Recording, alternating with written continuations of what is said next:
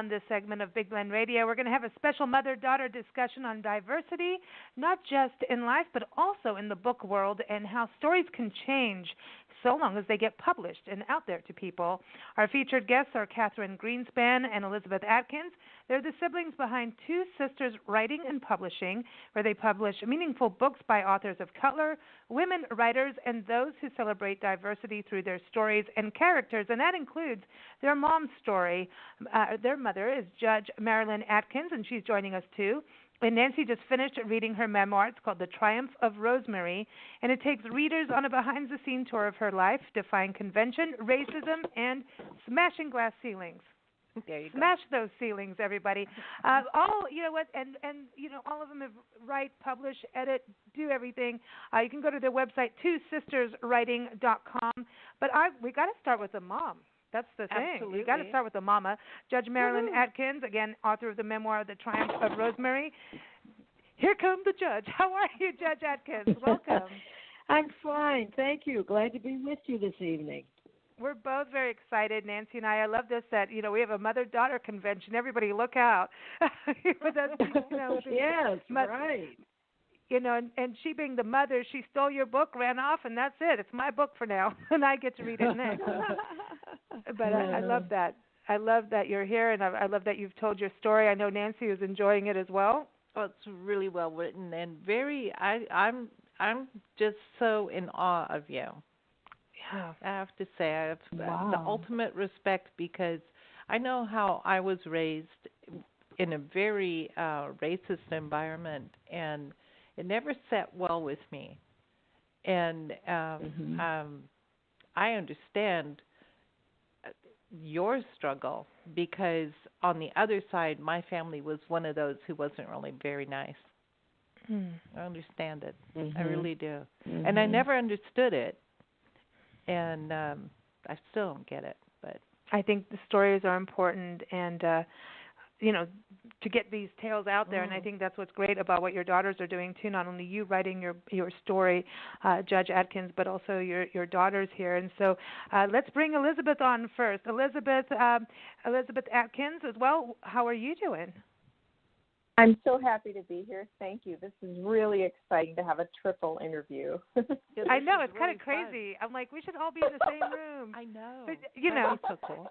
Yeah, so Elizabeth, where are you? Because are you all in Michigan? I mean, are you all snowed in? No, there's no snow. My mother and I are both in Michigan, and Catherine's in New Mexico. Oh, Catherine, you're not far from us then. Where are you in New Mexico? And welcome. Hi, welcome. Thank you. I'm in Silver City, New Mexico, which is... No kidding. You're down the road from us. We're in Tucson. Oh, yeah. You're only 199 miles from me.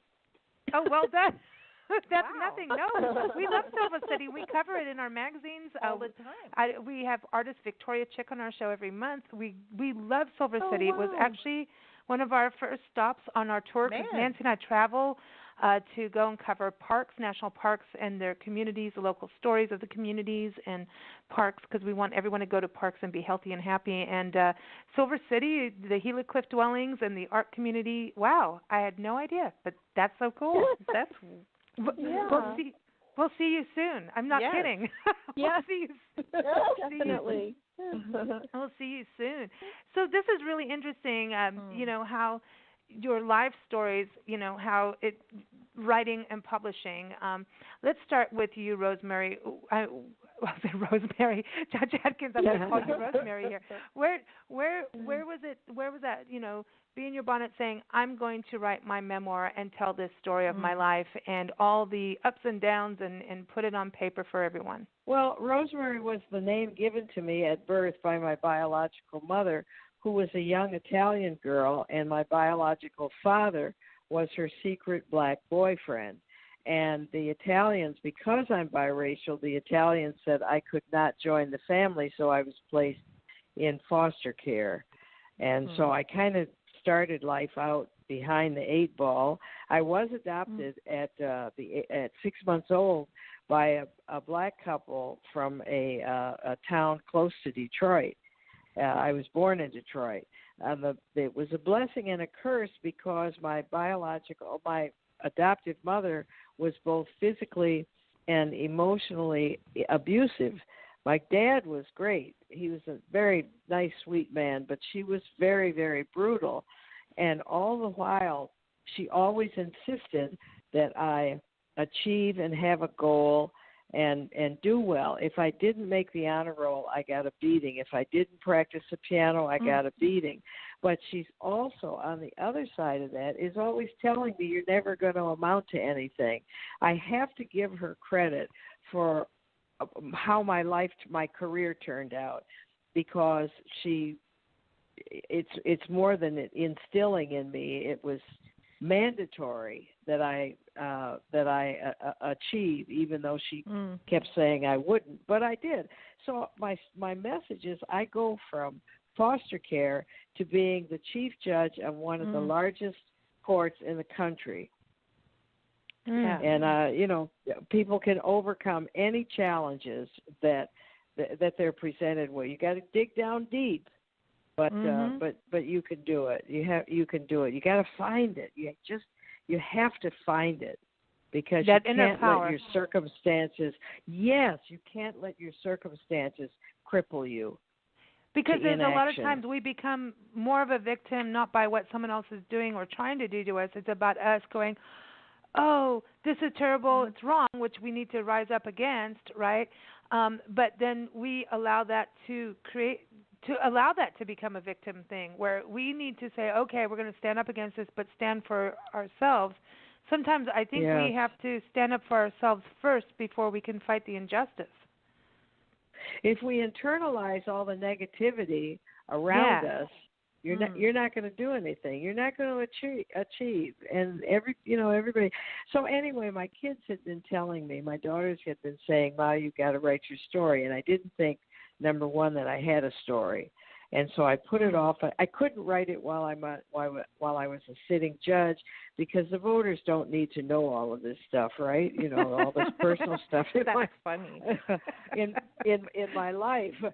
So I retire in 2012, and then finally I sit down at my laptop and I said, but my second reason for not wanting to was because if you're going to do an autobiography, you've got to be true to the project. You have to tell the bad with the good.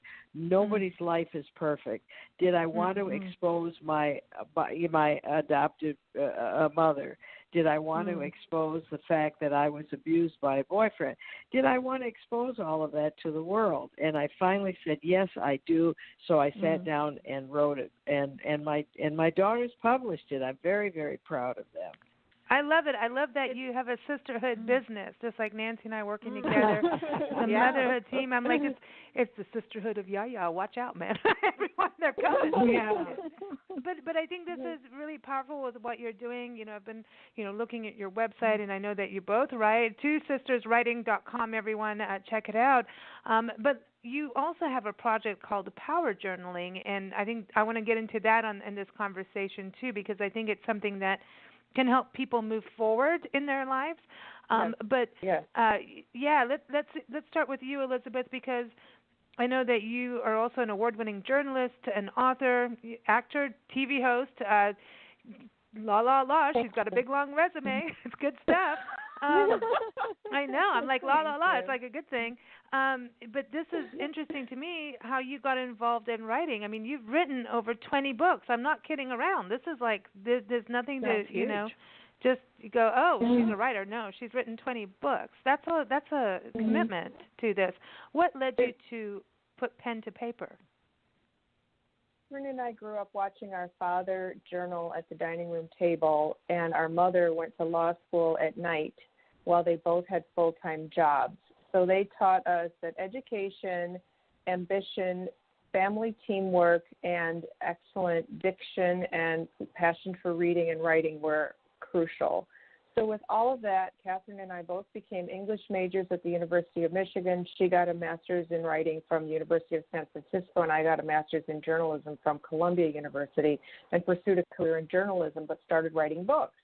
And so corresponding with that, I've had a weight struggle my whole life, and it was really terrible, like the mental angst of having yo-yo dieting and terrible body image and just sort of a food addiction is awful. And so once I had my son and I had gained a lot of weight during the pregnancy, I said, now that I'm a mom, I really need to resolve this weight problem here. And I've been a lifelong journaler since as long as I could write, and so is Catherine.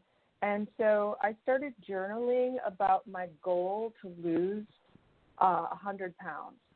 And I wrote very vividly what I wanted, including walking into a store and buying a skinny pair of leather pants as my reward. At the same time, my first book was coming out, and it was my first novel, and I didn't want to sit in Borders bookstore and be on TV for interviews looking and feeling terrible. So that was an impetus as well, and the Oprah Winfrey Book Club was hot at the time. So all of this came together where I wanted to be on Oprah with my book, so I started writing that as well in great detail, including me sitting down in their big yellow banana yellow chairs, and feeling the leather under my fingers on the stage there. Well, through the power of journaling about this, I lost 100 pounds. I bought black and purple leather pants in skinny sizes. And you went for the purple. I love it. And I ended up on the Oprah Winfrey Show living what I had written. So that showed me the power of, thank you, writing down what you want. So secondly, I learned to meditate, and I started incorporating meditation with the journaling, and I started calling it power journaling, and I started teaching it. And then Catherine and I made a workbook and an online community to show other people, to teach how to use this technique of meditation and journaling to transform your mind, body, and spirit. I love it. The book is now available. Thank you. It just went on sale last week at Barnes & Noble and Amazon. Everyone. Okay, give everyone the name again. It's called, we've made a challenge. It's called the Power Journal 28-Day Challenge, and that's the book workbook. It's a literal diary journal that you can write in. It asks you a question every day. Who am I? What do I want? Am I ready for change? And what action steps do I need to make the changes happen? And that you said the who am I question. You just asked the hardest question. Who am I? Like, seriously? Yes. Like, that's hard. Like, and you have to sit there and go, no, then do I have to be honest? Yeah. Yes. The thing about it is, when I first heard that question 15 years ago, I didn't know the answer. I was so disturbed because it's not your name, it's not your education, it's not your job. It's who are you on a spirit level? What's your purpose in life? Mm-hmm. I remember that being the first exercise. I remember being in high school when we were in South Africa, and Nancy had a magazine, and I was working for her, and I'm in, man, I'm into this, and I wanted to go to journalism school and everything, and just started working with her, and I was like, okay, well, I'm going to take this writing course. I remember the Howick Writing School, and so they send me all these things I need to do. And the first thing was, you need to write who you are within, 1,500 words. I'm like, what?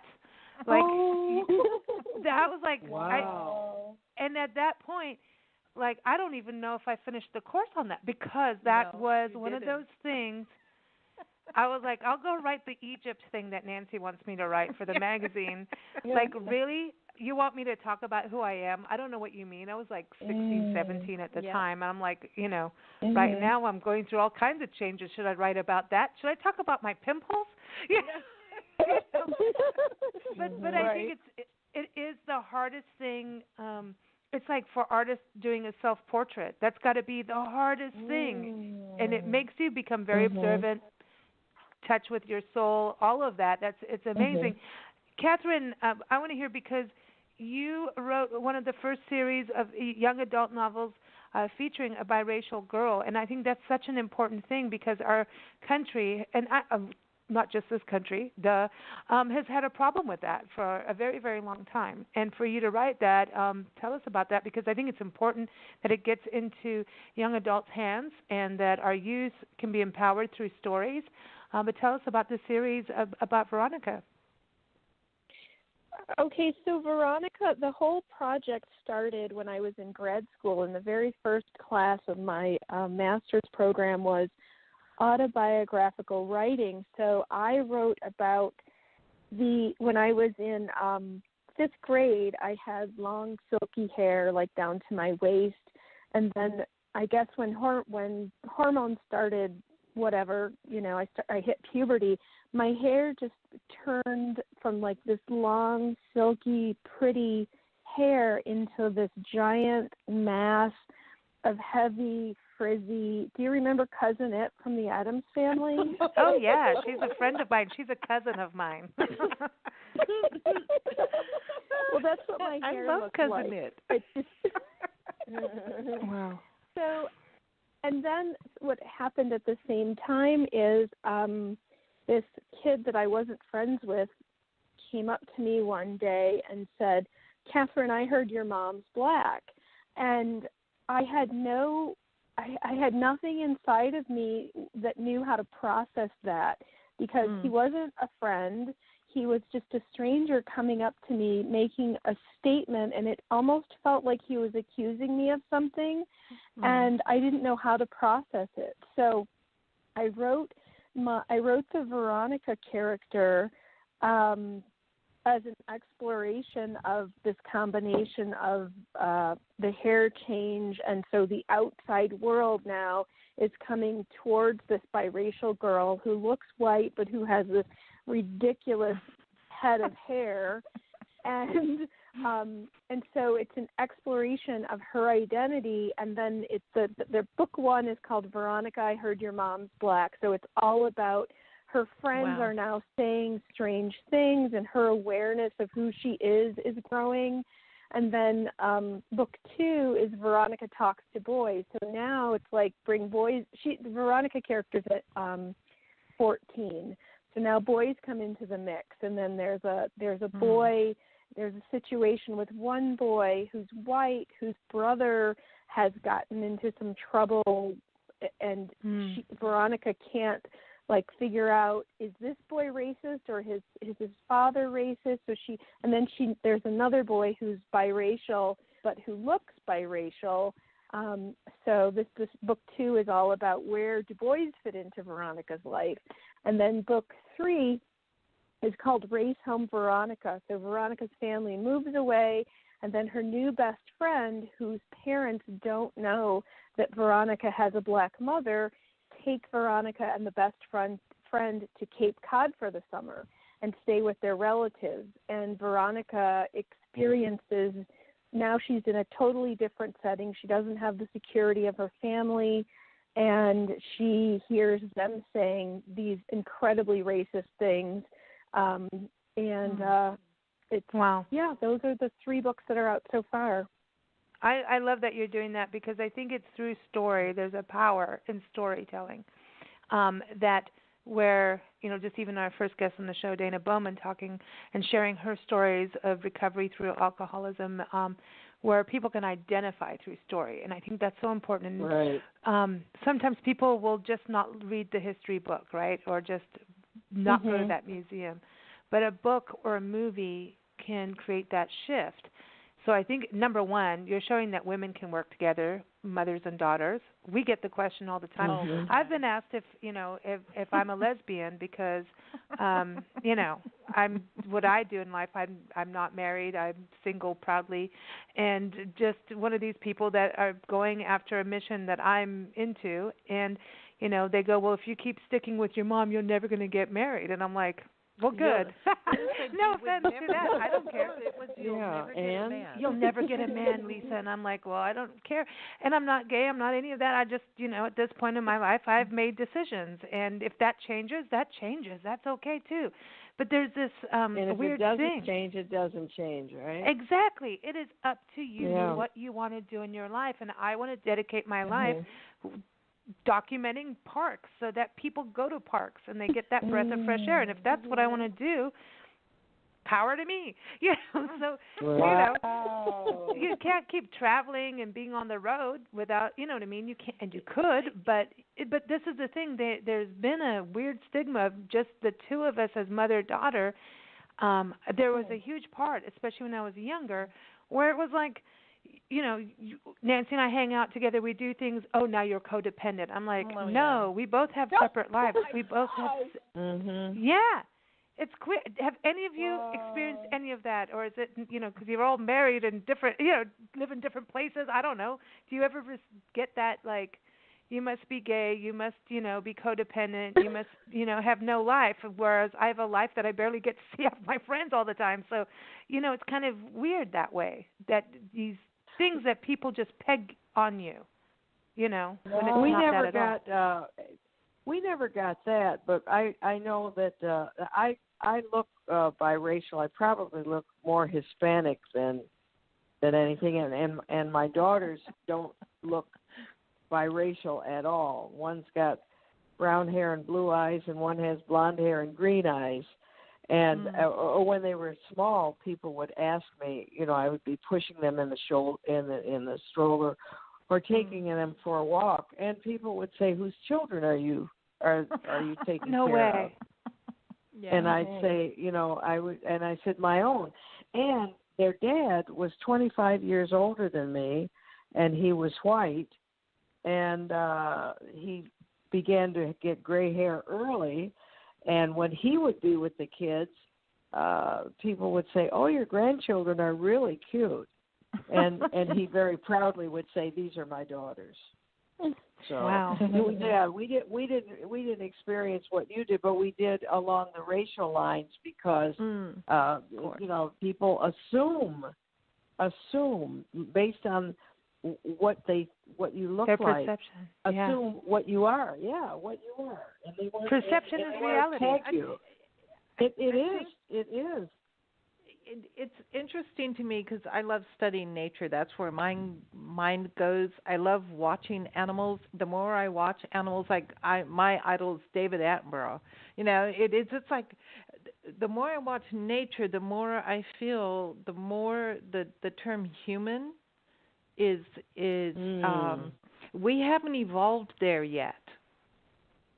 We'll evolve to be human when there's no wars and when there's no racial tension and when there's no prejudice. That's when we can say we're human.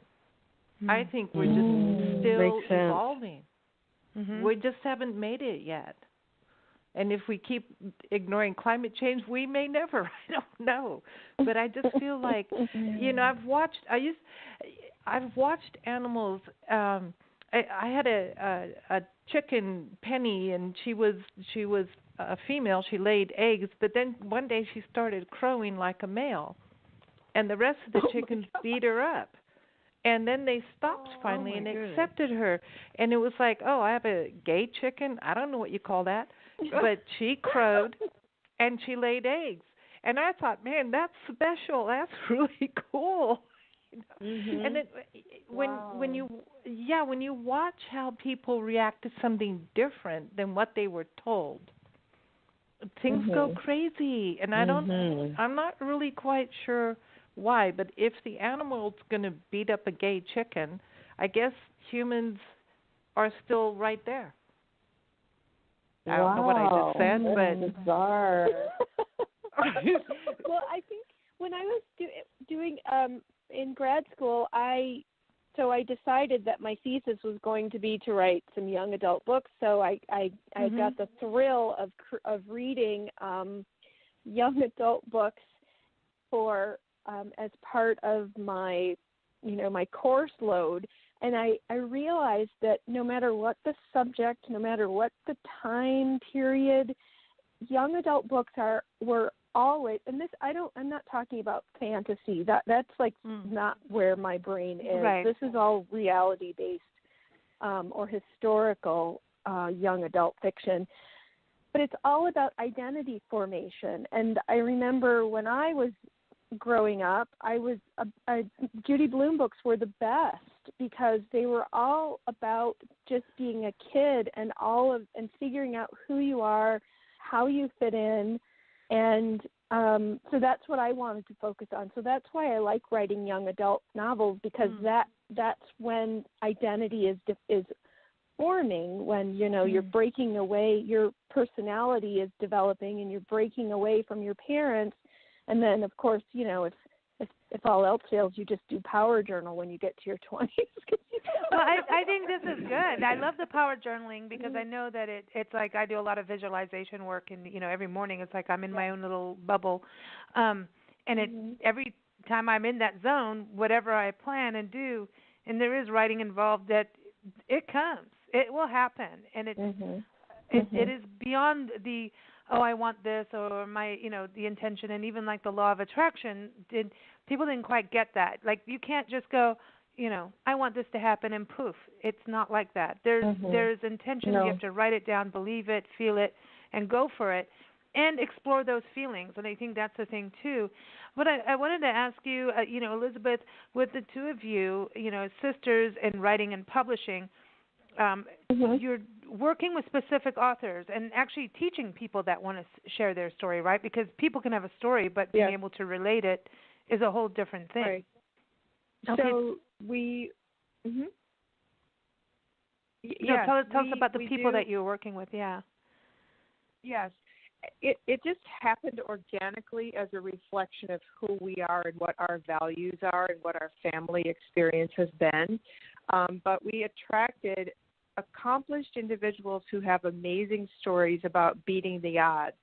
So, for example, I ghost wrote and we published the memoir of former Detroit Mayor Dennis Archer, who grew up in a house with no running water, and his father had one arm and an eighth grade education. But yet he rose to become a very powerful, influential mayor, and also the first person of color to be the president of the American Bar Association with its 400,000 members who are lawyers. So then we also wrote a book about a man, Steve Bullock, who was a sharecropper's son in North Carolina during Jim Crow days, who rose to become a global humanitarian as the first black president of the American Red Cross.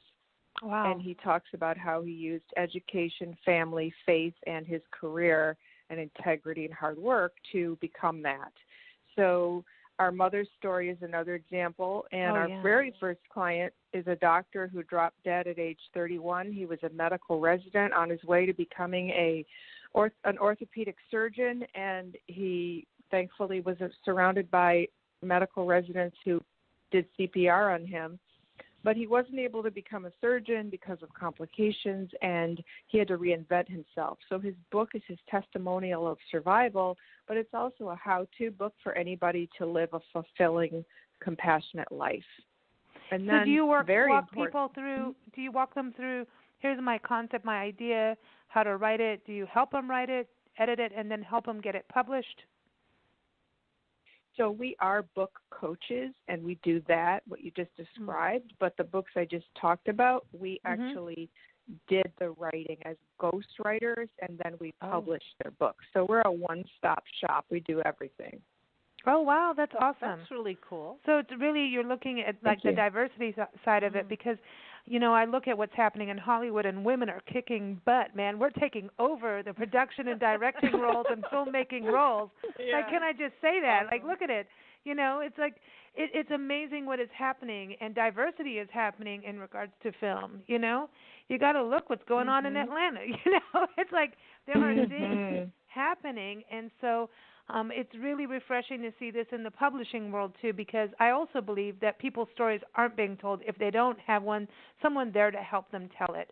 And that's important. And a lot of times when you're talking about, folks coming from the land of sharecropping and living in that life, I know Nancy and I, with our tour, going and meeting people like Elvin Shields, right? Elvin is one of the most amazing human beings. He actually saved his sister's house where they lived when they were a sharecropping family. This is in Louisiana, and it's on a national park unit. And if he didn't save it, that would have been bye-bye at this time. And he tells the story of it, and he's written some books and things, but not everyone has, like, he's an engineer. He fought for our country, and he fought in Vietnam, and he did so much. And but he has this level of education, but so many people don't get that opportunity, but have a story of resilience. And that's what I'm getting from all three of you ladies, is a story of resilience. And so you can have resilience, but you got to be able to have that story that it will be resilient to people that read it. or hear it. You know what I mean? Mhm. So I think that's important with what Absolutely. you're doing, because some folks just Mhm. don't. They don't even think about writing their story. You know what I mean? It's like, I've got a great story, Yeah. but where do I begin? So I love what you're doing, and I Mhm. think it's time. I think it's time for those stories to get Thank out you. there. Yeah. Yes. So Yes. I wanted to ask you, Judge Atkins. Okay, so now Mhm. your story is out there. How do you feel? What was it like working with your daughters on this? I just had to ask this. Mhm. Well, I wrote my story myself. I have been a lawyer for umpteen years, and all my heretofore writing had been legal. And I didn't know that I could write a story, but it was easy since I was writing about myself. And I turned it over, the manuscript over to my daughters to edit, and I asked them after they finished, how much did you have to change? And they said not very much at all. So I was proud of the fact that I was able to to write the story and have them publish it. But it was wonderful working with them. Mm-hmm. They learned a lot about their mother because my book filled in all of the details and the thought processes. They knew that I put them through University of Michigan. They may not have realized that the reason that fell on me was because their dad was going to be retiring when it was time for them to go to college. That was my impetus for going and getting an education, because I had to educate our children. And I told him one day, I looked at him, he's almost 50, and they're little kids, and I start adding up the years, and I said, I got to get back to school because this is going to fall on me. And that's exactly the way it happened. And I chose law hoping that the money would keep, not to save the world. I didn't do it. I did it to save my family. And that hopefully the money would keep on growing, and that's exactly what happened as well. I mean, all along the way, as a lawyer and a judge, I wanted to do well. I put him through school way before I became a judge. But as a lawyer, I wanted to do good and help people. But my motivation was my educating our children. And he did retire, and I did put them through, and it worked out. You have to have a plan. You have to have a plan. You have to have a realistic plan too. I agree. And a team. Well, but see, you can't say I'm going to be. It's nice. It's fun to say I'm going to be Superwoman and I'm going to do this and I'm going to do that. But you've got to have a plan that you're going to be able to fulfill. Because if not, you're going to be so frustrated and be a failure. And what everybody, not only do I want people to take away from my story, facing challenges and overcoming them, and you just keep going, no matter what the world says, and you have to believe in yourself. But also the fact that teamwork, if you have a partner, and like you, it's your mother and daughter. But if you have a husband or a significant other, and you want to get somewhere, you have to sit down and make a plan and work as a team.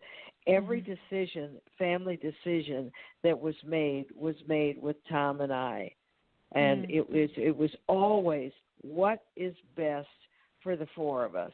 And that's what I was saying at the beginning. Out. We have a saying here. It's plan A, B, C, or D. Yeah, you start because that's how it happens.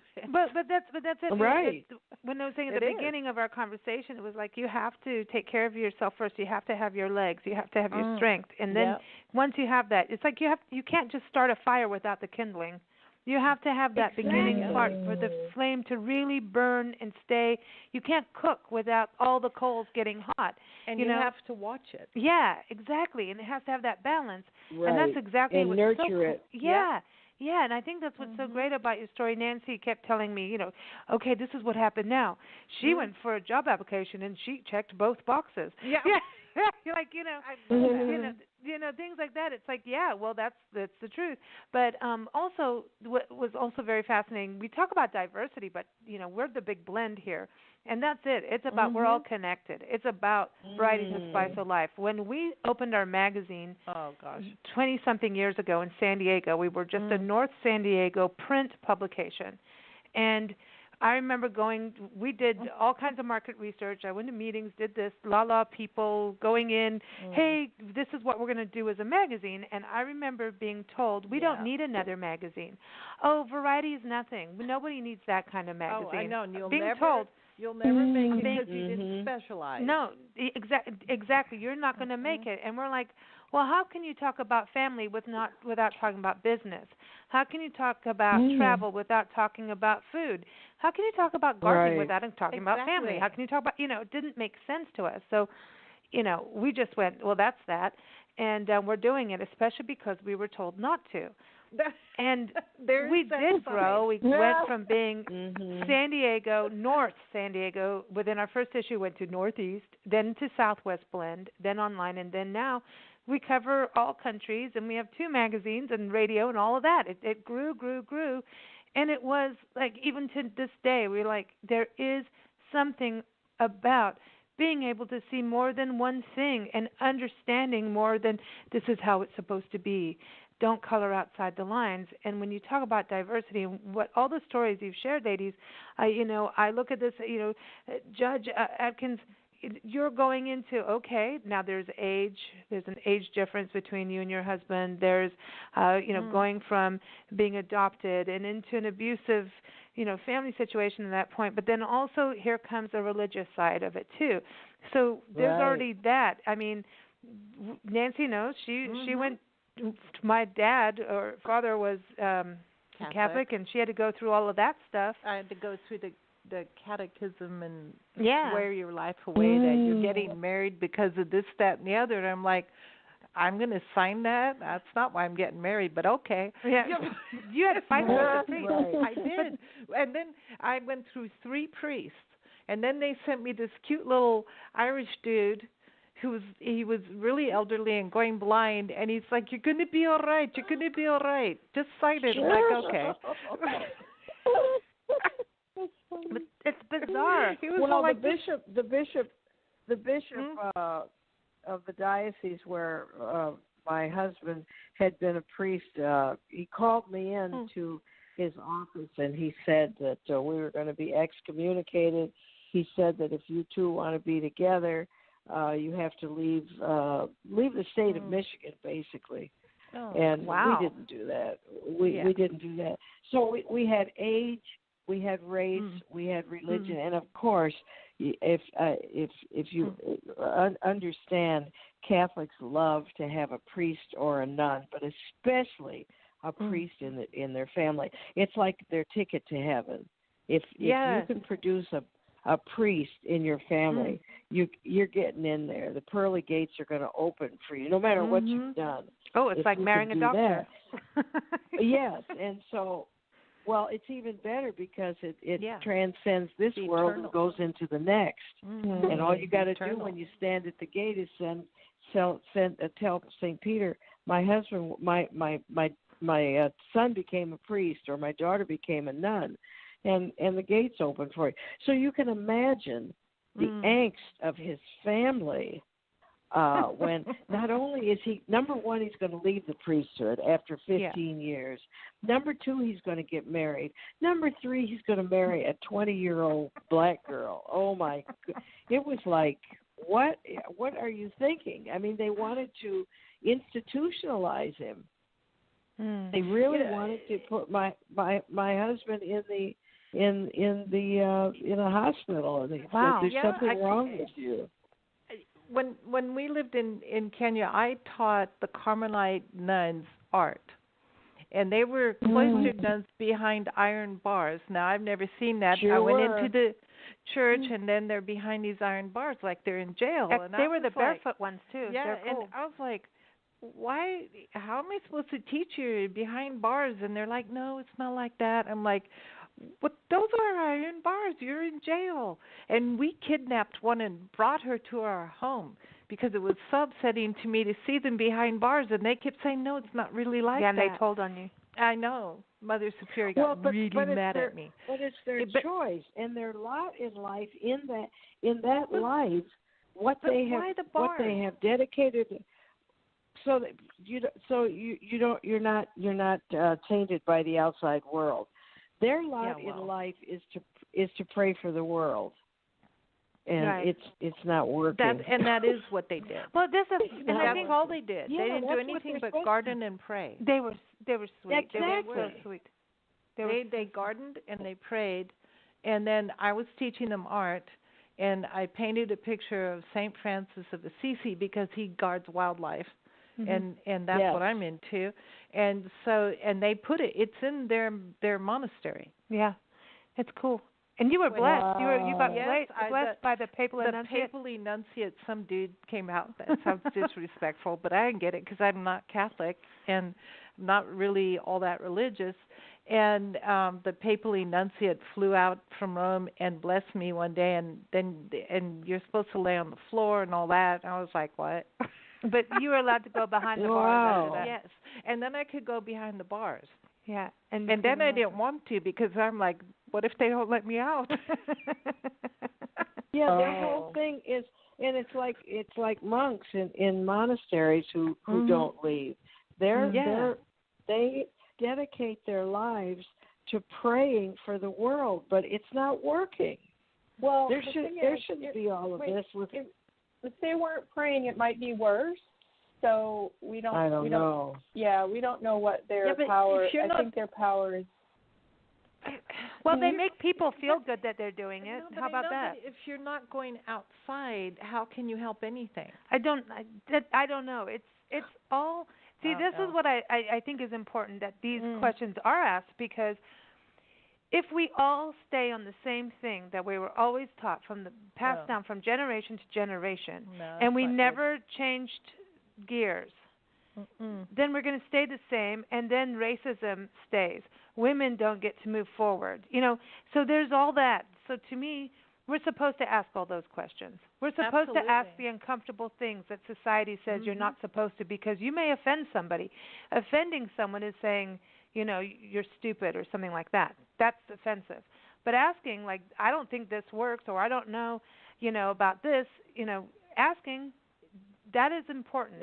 Questions are important. Stories are important. People relating. That's why I think what's so great about what your choice of direction of business and publishing and writing and helping people getting their stories out, because people can relate. They can go, oh, I relate to you, and then, oh, I'm reading a book and it's about a black woman or a black man, and I don't normally read about black people, and then, oopsie, I did that, but wait, I like this character.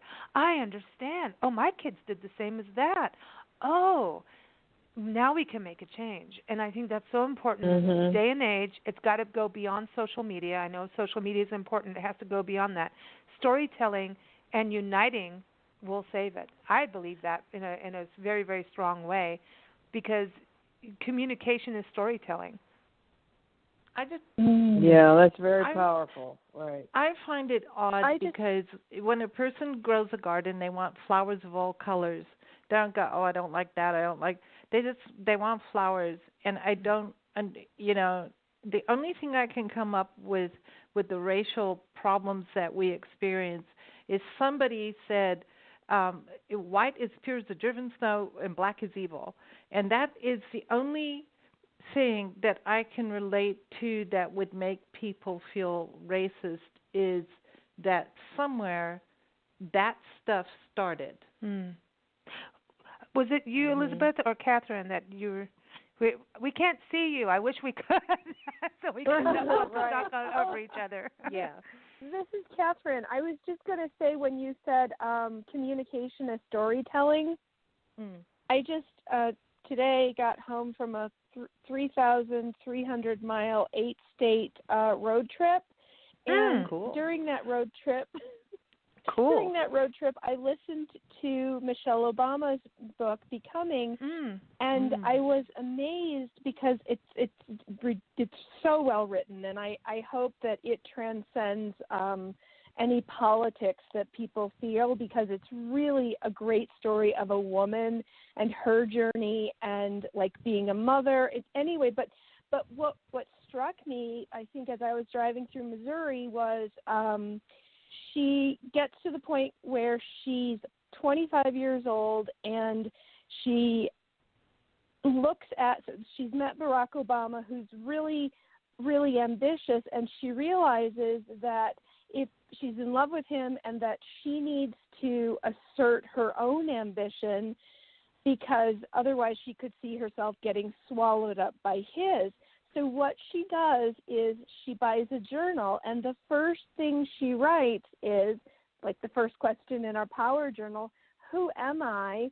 And what she starts with is, okay, I went to Princeton, I went to Harvard, I have a prestigious job at a Chicago law firm. I'm from the south side of Chicago. So she started with all those external things, and then she really started diving into the question of, am I fulfilled? And it's fascinating, because even somebody that I think we could all say, I mean, was the first lady of the U.S. for 8 years. She's got everything together, but it's part of being introspective and exploring and asking questions, looking inside, and then sharing those and that, and sharing yourself through stories, and communicating that these things that otherwise wouldn't be explored about ourselves and the world get out into the open, and that's what progress is. I love that. It's so true. I agree. There's this connection, and storytelling means that there's someone telling a story. You're going to take it in.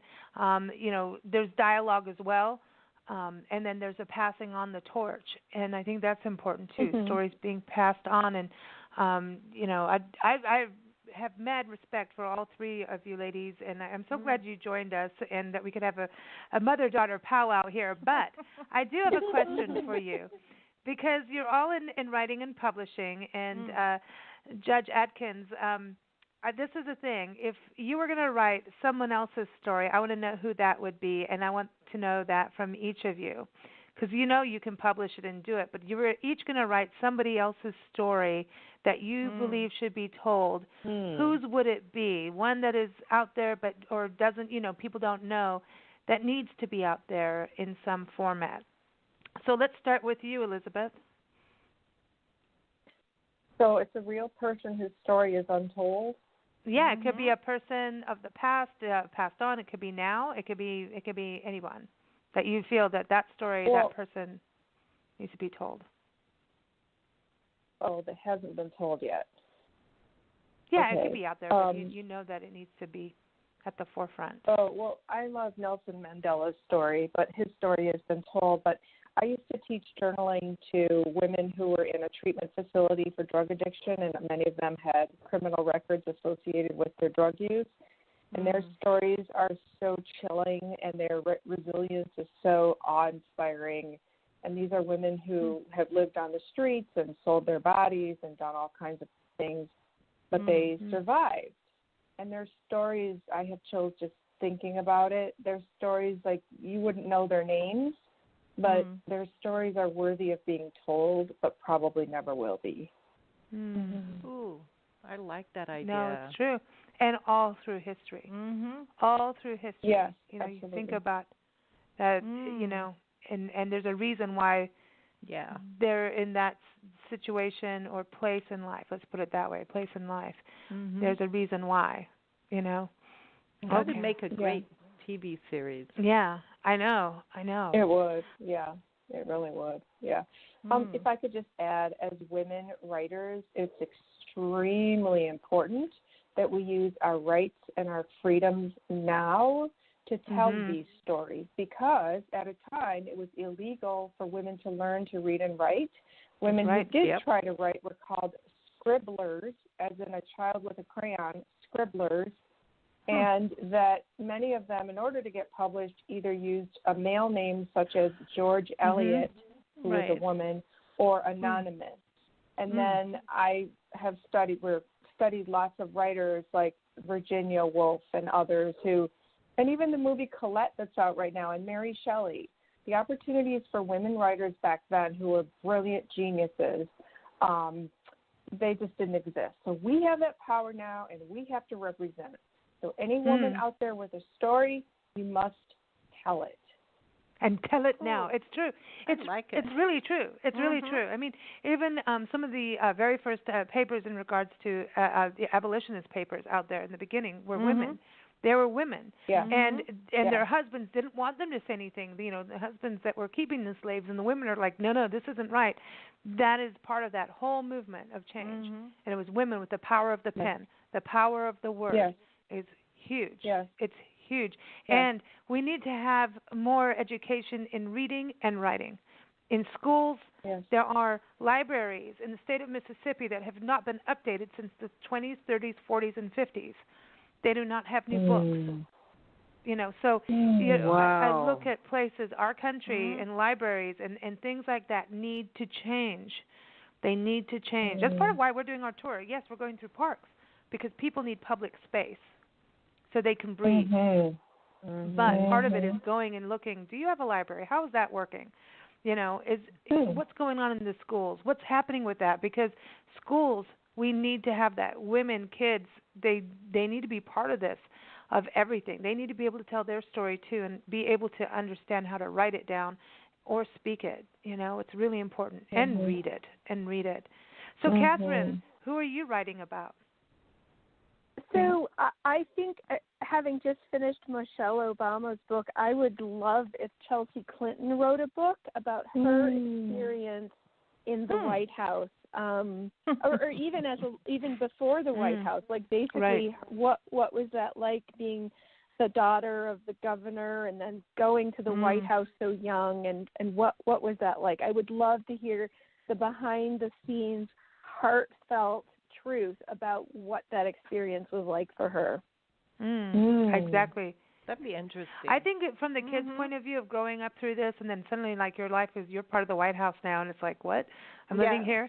And it's like, you suddenly, you know, you have the Secret Service watching out for you, and it's like, really, I just want to date that kid over here. Well, no, you don't. You know what I mean? It's like, that's that weird thing. I always think that about, you know, famous kids or famous families, what it's like for the kids being raised in it. And then if the kids are famous, there's just this weird balance, and strong families can do it. It's about that moral part of you and understanding who you are. It goes back to that as we started the conversation. It seems to be the reigning rule of our entire show today is about knowing yourself, having that fire, that core, knowing what makes you happy and fulfilling that, so that you don't turn to something else that doesn't fulfill you. It's an important part. So here comes the judge with her answer. Sorry, we just love to say, "Here comes the judge" around here. It's just a thing. Here comes the judge. Here comes the judge. Well, I think growing up Catholic, and I was always I always admired the nuns and what they sacrificed, and you know, they basically gave their lives to teach and to, you know, and try to heal. And I would pick a nun that I probably had in school, and I would want to write her story, starting with her at a very early age, what molded her, what family values molded her to want to go to the nun and to the nunnery, to the convent, and give up completely a personal life, no husband, no children.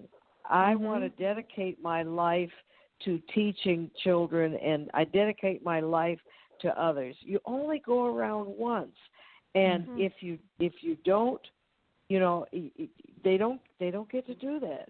They don't get a family. They don't get children. They give up their lives, their entire lives, for somebody else or for everybody else. I would love, and there are no nuns that write those stories maybe they're even not even supposed to. But Probably what not. is it like to live completely for other people and not for yourself? Because they don't live for themselves. They did not. I had 12 years in school and a year in college, and it was all for others, nothing for themselves. I agree with you. In Kenya, so Nancy went off to Kenya, and I've got to go real quick because we got to go, but time-wise. And so she was a single, divorced mom with me, being a little toddler, living in the bush and working in the bush, and then having to go because her boss was murdered. Joy Adamson, Elsa the Lion, Born Free, all that. So she got murdered.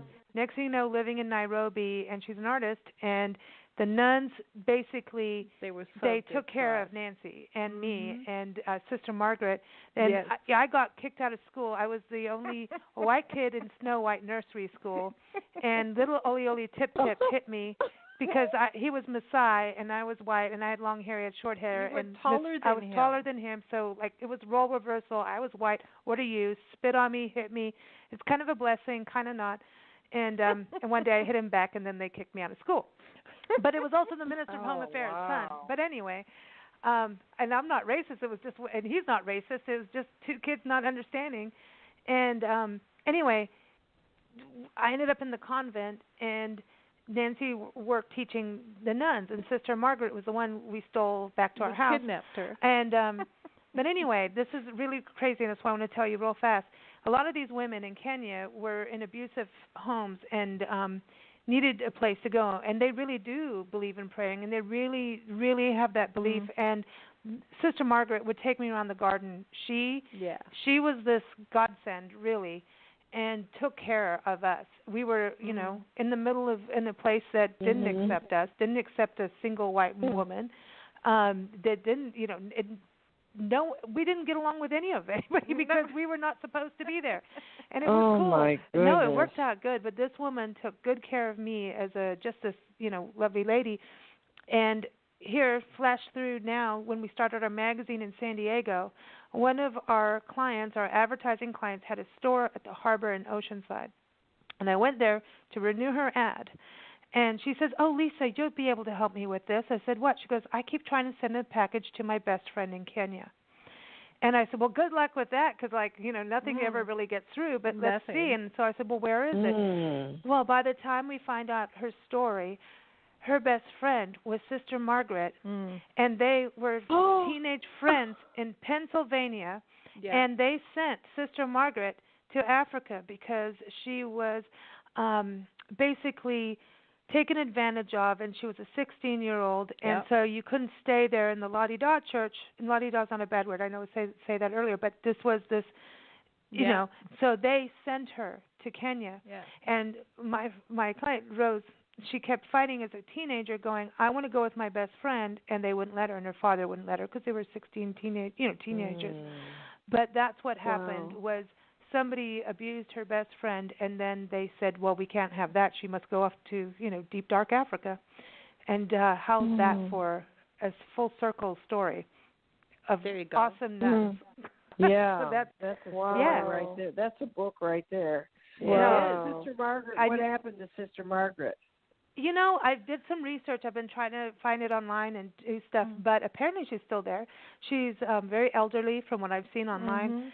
And she would be now. Yeah, but it seems like we kept trying to look and see what we can find out, and a lot of the same sisters are there, and because they were the healthiest women on earth, man. They grew their own vegetables and took in a lot of people. They did a lot of good stuff, man. They were awesome. But ladies, we've got to run. I just wanted to tell you that because of this, the nuns, what they do. They do whack your knuckles, but they also really care. They really do. They do care. Yeah, they give up their lives to help others. They do. Their entire lives. They have no personal life. No personal life, and they're not coming back here again. That's right. That's right. Yeah. Ladies, thank you so much, Judge Atkins, Elizabeth, Catherine. You. Such a pleasure, and keep us posted on your projects, please. And we'll come see you in Silver City, Catherine. I'm not kidding. Cool. I'm not kidding. Yeah. We'll be there soon. Thank you We'll be for there next having year. us. Yes. Thank you. Okay. Thank you, everyone. Again, Right. twosisterswriting.com. All their books are up there, including The Triumph of Rosemary. So go there. And we're going to play this song, and this is dedicated to three of you and all women out there. It's from our good friend Nicki Kris, singer Nicki Kris. Go to nikkikris.com. That's Kris. And it's called Rise, and it's about women rising up and taking a stand and using our voice. Take a listen. This is a strong song. Thanks, ladies. Thank you. Thank you. Thank you. Thank you. I'm done asking for your permission. I'm tired of hearing what I can and can't do. I'm done keeping things all to myself. I'm ready to speak up. It starts with me, and it starts now.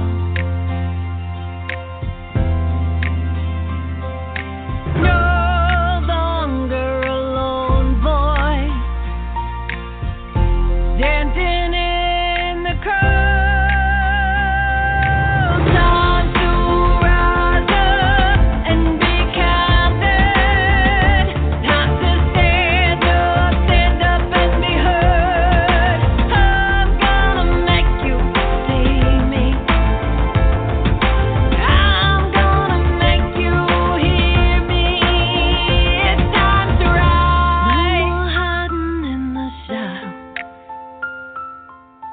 It's time to level the playing field. I'm a warrior, I've got nerves of steel. I'm the